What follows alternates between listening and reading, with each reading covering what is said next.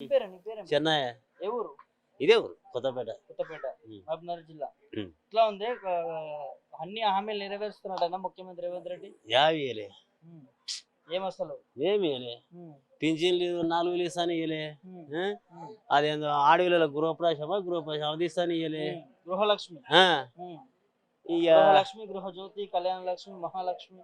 ఇవన్నీ యాభై ఇయలే. ఉమ్. కరెంట్ ఫిరి అన్నాడు కానీ ఈ నెల అడుగుతలేరు మరి ఎట్టనే ఈ నెల తీసుకున్నకుంటే ఫిరి అన్నట్ల. ఉమ్. అది 200 యూనిట్లు కాలితే ఎక్కువ కాలితే కట్టాలంట, ఉమ్. ఆడికి కాలితే కట్టకూడదంట. ఉమ్. ఎట్లా అది మంచిది అంట అట్లా మరి?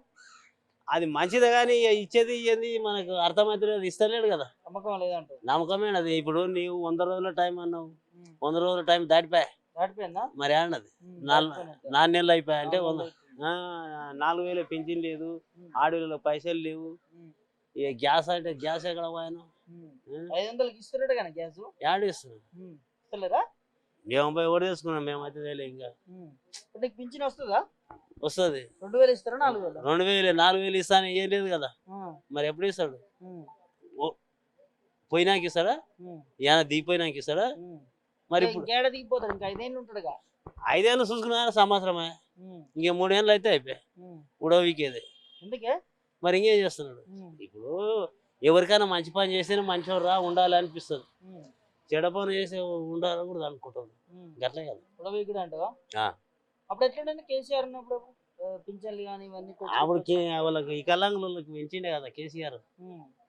2,000 4,000 చేసే వాళ్ళకు.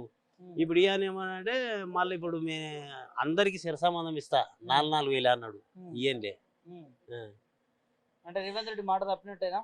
తప్పినాలే మరి. ఇయ్యాడు ఇచ్చాడు, ఇస్తే కదా, ఇస్తే కరెక్ట్ ఉండదు అన్నట్టు.